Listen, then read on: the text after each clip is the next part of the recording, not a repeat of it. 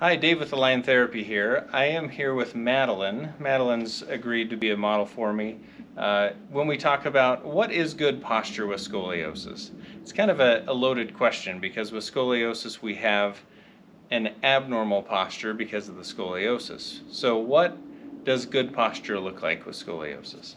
So with Madeline, she doesn't really slouch, and so I'm going to force her to slouch because she's a dancer and she's used to really being upright and good tall posture. So Madeline, show me bad posture. Her bad posture is everyone else's probably normal posture. so if we look at her back, this curve up top is called a kyphosis. And so usually when we see bad posture, we see that the kyphosis increases. This down here, this curve is called a lordosis. It's really hard for you to really slouch that one.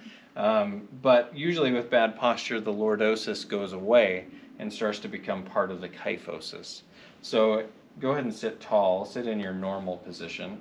So if we're looking at her normal position, she has some kyphosis, some curve this way, but she also has a little bit of lordosis this way. So the only thing I would change with Madeline's posture right here is bringing your head back just a little bit so that her head is centered over her shoulder and that everything is lined up over the spine. So basically we want the spine to, well, we want the head, which is basically a big bowling, not a big bowling ball, small bowling ball, sitting on top of the spine. We want that to be centered over the spine. So that's why I had to bring your head back just a little bit. So from the side, that is what we'd look at for good posture. So now let's look at it from the back.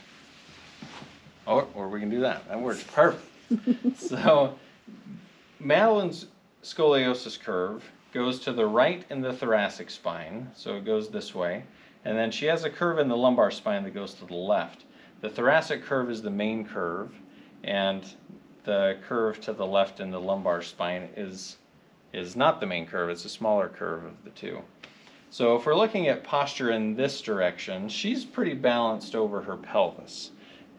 Sometimes in scoliosis we'll see a shift this way or this way of the trunk on the pelvis.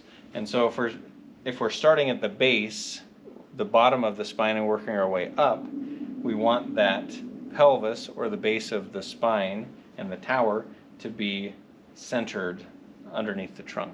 So that's the first thing. The second thing is we want the shoulders to be back, head to be back still, and then we want the shoulders to be level. Madeline's shoulders are pretty level, so we don't have to worry about changing that significantly. The positioning of the shoulder blades, and just if you notice, her right shoulder blade sticks out just a little bit more because her curve is rotated back on the right side. That we do more with posture correction with like the Schroth method or the C's approach with scoliosis specific exercise.